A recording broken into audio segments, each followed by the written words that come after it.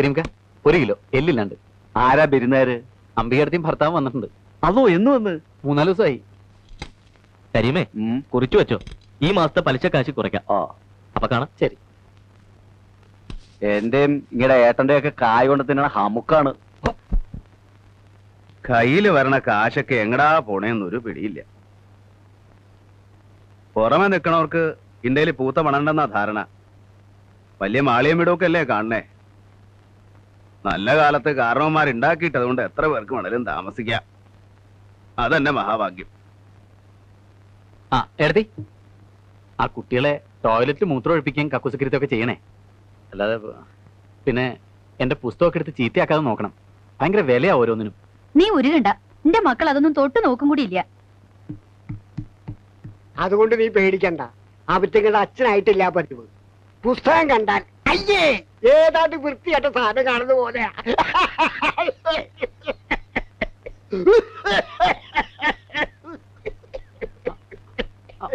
മനസ്സിലായി. അമ്മ കിടന്നു, ഞാൻ ചെയ്തോളാം. ഏട്ടാ,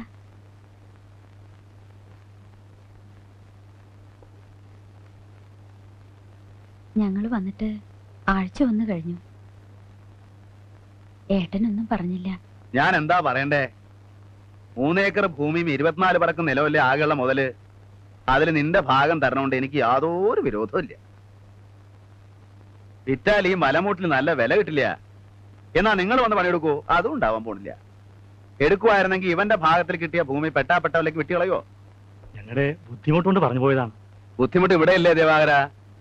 നിന്റെ ഭാരം എന്താന്നാ കരുതിയ നീ? ഇത്രയും വലിയ കുടുംബം നോക്കണം. കൊല്ലം നിങ്ങൾക്ക് ചെലവുള്ള നെല്ലും അരിയും നാളികേരവും തരണില്ലേ?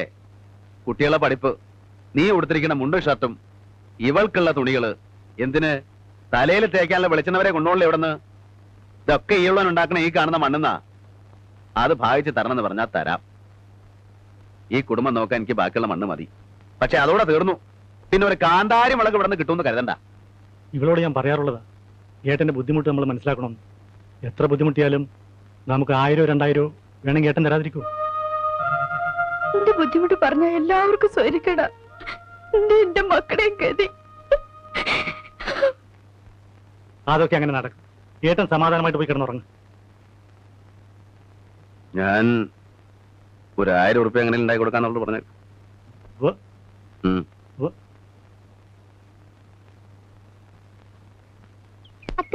താന വരുമ്പോ തക്കര നിൽക്കുന്ന കണ്ണശി പശുവിന്റെ കയ്യോ കാലോ രണ്ടാലൊന്ന് തട്ടി മുട്ടി മൽത്തിക്കട.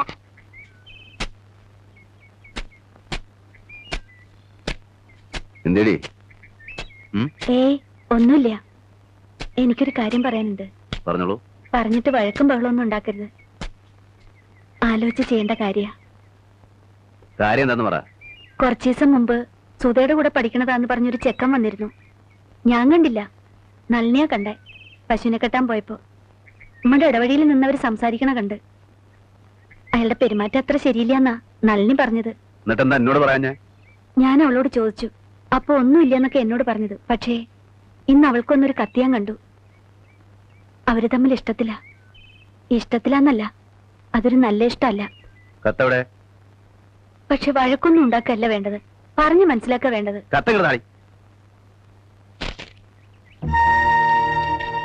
ഡാർലിംഗ്, അന്ന് ഞാനിവിടെ വന്നപ്പോൾ നിന്നോട് ശരിക്കും സംസാരിക്കാൻ പോലും കഴിഞ്ഞില്ല. അപ്പോഴാണല്ലോ കസിൻ വന്നത്. കസിൻ കുഴപ്പമൊന്നും ഉണ്ടാക്കിയില്ലല്ലോ അല്ലേ? ഞാൻ വരുമ്പോഴൊക്കെ ചേട്ടന്റെ കുട്ടികളെയും കുട്ടികളെ വരവ് നിർത്തണം. ആൺകുട്ടി കുഴപ്പമില്ല, പെൺകുട്ടിയെ പേടിക്കണം, അവൾ കുഴപ്പമുണ്ടാക്കും. ഏതായാലും ഇനി പ്രശ്നമില്ല. അടുത്ത തിങ്കളാഴ്ച കോളേജ് തുറക്കുകയാണല്ലോ. തിങ്കളാഴ്ച കോളേജിൽ പോകണ്ട. അന്ന് നമുക്കൊരു സ്ഥലം വരെ പോകാം. നീ വരണം, ഞാൻ എന്റെ കാറും കൊണ്ടുവരാം. കാലത്ത് 9 മണിക്ക് അരോമ തിയേറ്ററിന്റെ മുന്നിൽ കാറുമായി ഞാൻ കാത്തു നിൽക്കാം. വൈകുന്നേരം 4 മണിക്ക് മുമ്പ് തിരിച്ചെത്താം. ഇക്കാര്യം മറ്റാരോടും പറയരുത്. വിനോദ്.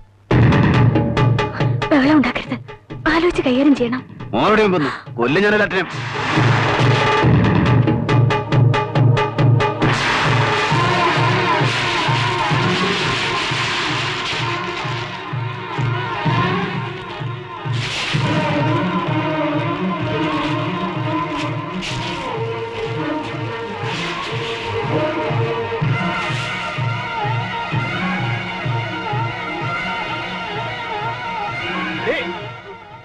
കുടുംബം മുടിക്കൂടി. ഇതിനാണോ നിന്നെ കൊണനാച്ചത്? ഇതിനാണോ നിന്നെ കഷ്ടപ്പെട്ട് വളർത്തണം ഇതിനാണോ?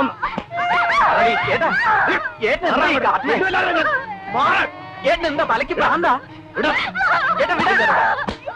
മാറിയേ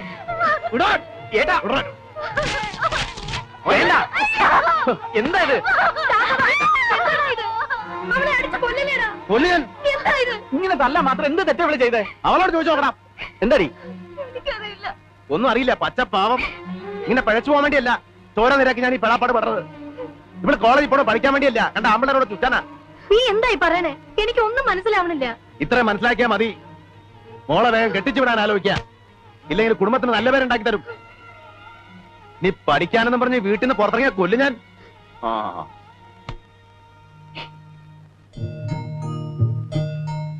എന്റെ മോൾ അച്ഛൻ പറയണ പോലെ കേട്ട് നടക്കണം കേട്ടോ. അച്ഛൻ തല്ലിയത് മോളോടുള്ള ദേഷ്യം കൊണ്ടൊന്നുമല്ല. അച്ഛനോട് മോക്ക് ഇഷ്ടണ്ടോ? മതി അച്ഛനും മോളും വർത്താനം പറഞ്ഞത്. വന്ന് കിടക്ക്. മോള് പോയി കിടന്നോ? ഉണ്ണിമോൻ ഉറങ്ങിയോ? ഇല്ല. ഉണ്ണിമോൻ അച്ഛൻ്റെ അടുത്ത് പറഞ്ഞോടാ. കുട്ടി വല്ലാണ്ട് പേടിച്ചു. ഇങ്ങനൊരു വേഷം കണ്ടിട്ടില്ലല്ലോ. എല്ലാരും ഊണ് കഴിച്ച് കിടന്നു. നമുക്ക് വല്ലതും കഴിച്ച് കിടക്കണ്ടേ? നീ കഴിച്ചോ, എനിക്ക് വിശപ്പില്ല. സുധയ്ക്ക് എന്നോട് ദേഷ്യമുണ്ടോ? ഹേയ്, തെറ്റവൾക്ക് മനസ്സിലായി.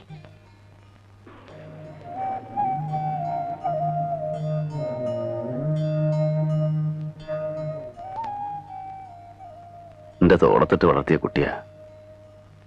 വളർന്ന് വലിയ പെണ്ണായിരുന്നു ഞാൻ അറിഞ്ഞില്ല. പണം കുട്ടിയാന്നാ എന്റെ വിചാരം.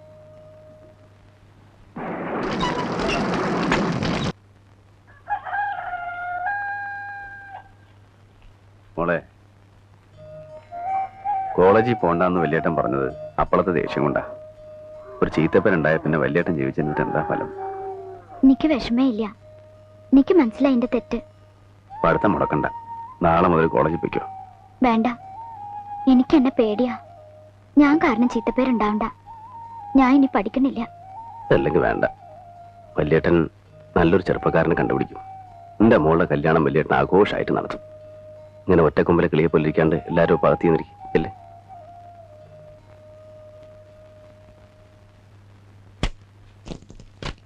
മഴ എന്നാലേ നല്ലോണം പെയ്തേക്കണ്. കാട് വെട്ടാണ്ടായപ്പോ മഴയും മഞ്ഞും ഒക്കെ കാര്യത്തിനാ. ഒന്ന് തോർന്നെങ്കിലും വൈകുന്നേരം ഇനിയും പെയ്യും. പെയ്യട്ടെ പെയ്യട്ടെ, നല്ലോണം പെയ്യട്ടെ. ഏട്ടാ, ഏട്ടാ, ഏട്ടാ, എന്റെ റിസൾട്ട് വന്നു.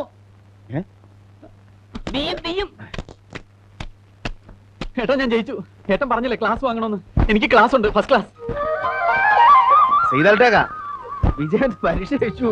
അൽഹംദുലില്ലാഹ്. ഏട്ടാ, അച്ഛന്റെ വലിയ ആശ അത് നടന്നു. അച്ഛൻ ആശിച്ചത് ഏട്ടനെ വക്കീലാക്കണം എന്നല്ലേ? അതെ, ഞാനായാലും നീയാലും ഒന്നു തന്നെയല്ലേ. ഇപ്പോ എന്ന് മുതൽക്കാ കോടതി പോണ്ടേ? LLB പാസ്സായതുകൊണ്ട് മാത്രം വക്കീലായില്ല. ഇനി സർട്ടിഫിക്കറ്റ് വരണം, ബാർ കൗൺസിൽ എൻറോൾ ചെയ്യണം. എൻറോൾമെന്റിന് ശേഷം അഡ്വക്കേറ്റ് വിജയകുമാരൻ നായർ. ഭഗവാനെ രക്ഷിച്ചു.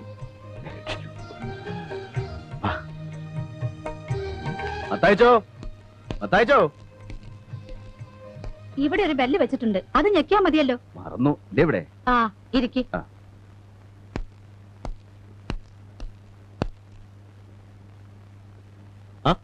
താനായിരുന്നു. ഞാനൊന്ന് കിടക്കുകയായിരുന്നു. ഊണ് കഴിഞ്ഞാൽ എനിക്കൊന്ന് മയങ്ങണം. എന്താ വിശേഷിച്ച്? എനിക്ക് ഇത്തിരി കാശ് വേണം. കാശൊന്നും ഇരിപ്പില്ലല്ലോ രാഘവന്നാരെ. അയ്യോ, അങ്ങനെ പറയരുത്. എന്റെ അനിയൻകുട്ടി വക്കീലായി. തൃശ്ശൂർ ഇമ്മടെ രാമൻകുട്ടി മേന്റെ കീഴിൽ പഠിക്കാനുള്ള ഏർപ്പാടുമായി. അവന്റെ ഒരു സാറ് തന്നെ ശരിയായി കൊടുത്തതാ. പാന്റും കോട്ടും ഗൗണും ഒക്കെ വാങ്ങണേ. എന്റെ ലാണേ 10 പൈസ ഇല്ല. എനിക്ക് ഇത്തിരി കാശ് തന്നേ പറ്റൂ. അല്ല രാഘവന്നാരെ, എനിക്ക് കുറച്ച് കാശ് താൻ ഇങ്ങോട്ട് തരാനുണ്ടല്ലോ. അതോ? അതൊക്കെ ഞാൻ തരും. എന്റെ കുറി ഇപ്പൊ വട്ടോത്തും. ഇപ്പൊ നിങ്ങൾ എനിക്കൊരു 5000 ഉറുപ്പ്യ തന്നാ മതി. ആലോചിക്കാനൊന്നുമില്ല. രാഘവന്നാരെ നിങ്ങളെ തട്ടിക്കാൻ പറ്റിക്കൊന്നുമില്ല. അതുകൊണ്ടൊന്നുമല്ല.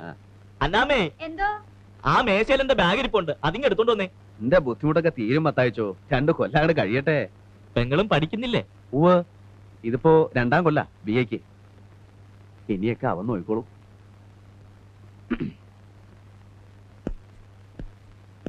I object your honour. അസലാവുന്നുണ്ട് നാടൻ കളി. എനിക്ക് സിബിട്ടിട്ടില്ല. ദേ അവിടെ വല്യേട്ടൻ കുളിച്ച് കുറിയും തൊട്ട് ഇരിക്കാൻ തുടങ്ങിയിട്ട് മണിക്കൂർ ഒന്നായി. ഏട്ടനും വരണുണ്ടോ? ഇതുവരെ ഒരുങ്ങിയില്ലേ? വേഗം ഇറങ്ങാൻ പറഞ്ഞു ഏട്ടൻ. രാഹുകാലത്തിന് മുമ്പ് ഇറങ്ങണമെന്ന്. ഞാൻ റെഡി. ഇത് പിടിച്ചേ. എന്താ ഊരിനെ? ഇതൊന്നും ഇടാണ്ടാ പോണേ. പിന്നെ ഈ കോട്ടും ഗൗണും ഒക്കെ ഇട്ടിട്ടാ ട്രാൻസ്പോർട്ട് ബസ്സിൽ തൂങ്ങി പോകാൻ പോണത്. ആളുകൾ വേതാളെന്ന് വിളിക്കും. ഇതൊക്കെ ഇട്ട് കാണാൻ വേണ്ടി എല്ലാവരും കാത്തിരിക്കണേ. പോകുമ്പോ മടക്കി പെട്ടിയിൽ വെച്ചോളൂ. ഇപ്പൊ ഇതൊക്കെ ഇട്ട് തന്നെ ഇറങ്ങണം. എന്നാ വാ.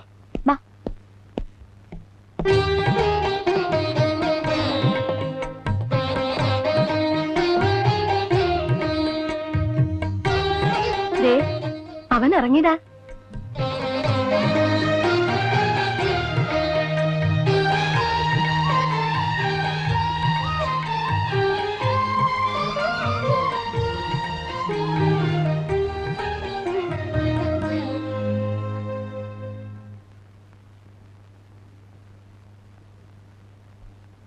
ഏട്ടാ എന്നെ അനുഗ്രഹിക്കണം. ആദ്യം അച്ഛന്റെ അനുഗ്രഹം വേണം, പിന്നെ അമ്മ.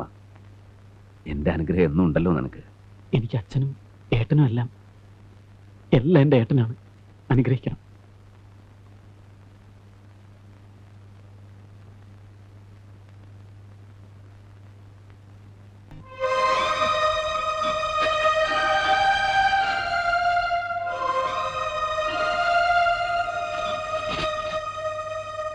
ദൂരെ ദിക്കിൽ നിന്നൊക്കെ ഓരോരുത്തർ അന്വേഷിച്ച് വന്നിട്ട് വഴി അറിയാണ്ട് വിഷമിക്കുക. ആ വിഷമം അങ്ങനെ തീർന്നോട്ടെ. എന്തേ മേലെടുത്തതും കൂടെ എഴുതായിരുന്നു നായരെ. ശരിയാ, പറ്റിപ്പോയി. സാരല്ല, കൊല്ലൊന്നുകൂടെ കഴിഞ്ഞോട്ടെ. അവൻ സ്വന്തമായിട്ട് കേസെടുത്ത് തുടങ്ങും. അപ്പൊ എന്തായാലും വലിയൊരു ബോർഡ് വെക്കണല്ലോ, അതിലെഴുതാൻ മേലെടുത്തു. എന്തേ സ്വന്തം കാലിൽ നിൽക്കാനുള്ള ത്രാണിയായിട്ട് നിന്നാ മതി. മനുഷ്യന്മാരെ ജീവന്റെ കാര്യ. ബാക്കി ഒന്ന് തയ്ച്ചാ മതി, കൈത്തിൽ കൊലക്കയറി. അത് ശരിയാ. എന്താ അത് ശരി? നിങ്ങളൊക്കെ എന്താ കരുതി എന്റെ അനിയനെ പറ്റി? പേലിട്ടേക്കാ 5-8 മാസല്ലേ ആയുള്ളൂ. കോടതിയിൽ ജഡ്ജിയുടെ മുഖത്ത് നോക്കി മൂപ്പരച്ചില കാച്ച് കേൾക്കേണ്ടതാ. എന്റെ അനിയനായതുകൊണ്ട് പറയണതല്ല. എന്നാലും ഞാൻ കണ്ടുപിടിച്ചു. വലിയ ഏതോ കേസിന്റെ വാദം നടക്കുക. എതിർഭാഗത്ത് നമ്മുടെ ഗോവിന്ദയ്യര് കാട്ടൊക്കെ പറക്കണ പോലെ ഇംഗ്ലീഷ് കാച്ചണേ. വിജയൻ എഴുന്നേറ്റ് നിന്നിട്ട് ഒരൊറ്റ വാക്ക, ഐ ഒബ്ജക്ട് ഓണർന്ന്. ഗോവിന്ദയ്യര് പിന്നെ പെട്ടിട്ടില്ല. ഇല്ല. രാമൻകുട്ടി മേനെ സ്വന്തം മോനെപ്പോലെയാ. ഇടയ്ക്കിടയ്ക്ക് വീട്ടിൽ വിളിച്ചോണ്ട് പോകും, ഊണ് കൊടുക്കും. പിന്നെ ചർച്ച തന്നെ ചർച്ച. അയാൾക്ക് വേറെ ഉണ്ടല്ലോ 5-6 ജൂനിയർമാര്. ഒരെണ്ണത്തിനെ വീട്ടിൽ വിളിക്കില്ലല്ലോ. ഇപ്പൊ എന്റെ അനിയനായോണ്ട് പറഞ്ഞല്ല, ആ കോട്ടും ഗൗണും ഒക്കെ ഇട്ട് നിന്നല്ല. രാമൻകുട്ടി മേനെ കട്ടിയും കലയാ. അതിപ്പോ കാഴ്ചകൾ ഇങ്ങക്കും ഉണ്ടല്ലോ ഒരു കല. ഇപ്പൊ എന്ത് കലടോ? ഈ പാടത്തും വെയിലത്തും ഒക്കെ നിന്നിട്ട് ഒക്കെ പോയില്ലേ.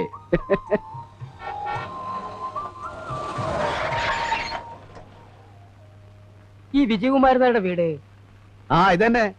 ഈ വഴി നേരെ അങ്ങോട്ട് ചെല്ലണം മേലടത്തേക്കാ.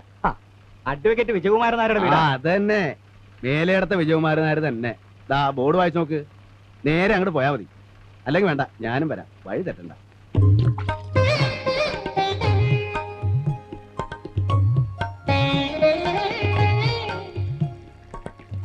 തിന്നാൻ കൊടുക്കാനൊന്നും ഇല്ലേ?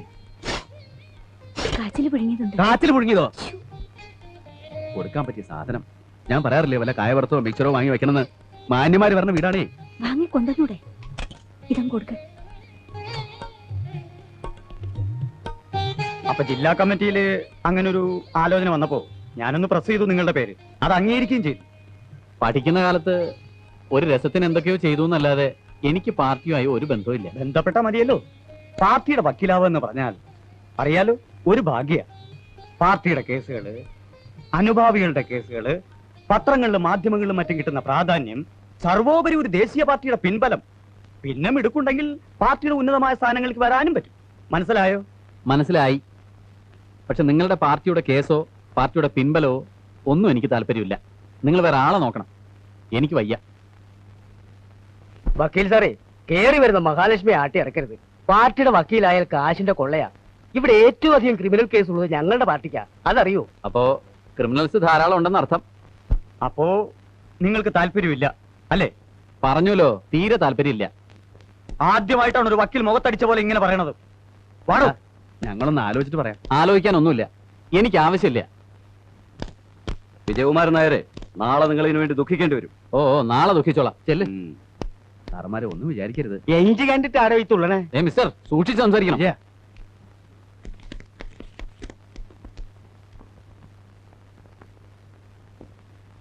എന്താടാ? ഒന്നുമില്ല. എന്തിനാ അവര് വന്നത്? ഒന്നും ഇല്ലാന്ന് പറഞ്ഞില്ലേ? അവര് വലിയ നേതാക്കന്മാരാണ് അമ്മേ. അവരൊരു ഉപകാരം ചെയ്യാൻ വന്നപ്പോ അവൻ അത് വേണ്ട. ഏട്ടൻ എന്തറിഞ്ഞിട്ടേ പറയണേ? പാർട്ടിക്കാരെ കുറെ കേസ് കിട്ടുമെന്നല്ലേ അവര് പറഞ്ഞത്? എന്ത് കേസ്? നക്കാപ്പിച്ച കേസ്. തുടക്കത്തിൽ തന്നെ കുറെ കേസ് കൈ കിട്ടാന്ന് വെച്ചാ ചില്ലറ കാര്യ. അതെ, എനിക്കത് ചില്ലറ കാര്യമാണ്. പാർട്ടിക്കാരുടെ പെറ്റി കേസുകൾ വാദിക്കുന്ന ഒരു മൂന്നാംകിട വക്കീലാവാനല്ല എനിക്കിഷ്ടം. തുടക്കത്തിൽ തന്നെ വലിയ വലിയ കക്ഷികളെ കൈ കിട്ടൂടാ. കിട്ടും. ഏട്ടൻ കണ്ടോളൂ. കണ്ടോമേ, അവന്റെ വർത്തമാനത്തിന്റെ മുഖഭാവത്തിന്റെ ഒരു കല. ഞാനൊന്ന് ഇരുത്തി നോക്കിയ ആ ചൂളണ ചെക്കനാ. ഇപ്പൊ മോത്തേക്ക് നോക്കുമ്പോ എനിക്കൊരു ബഹുമാനം.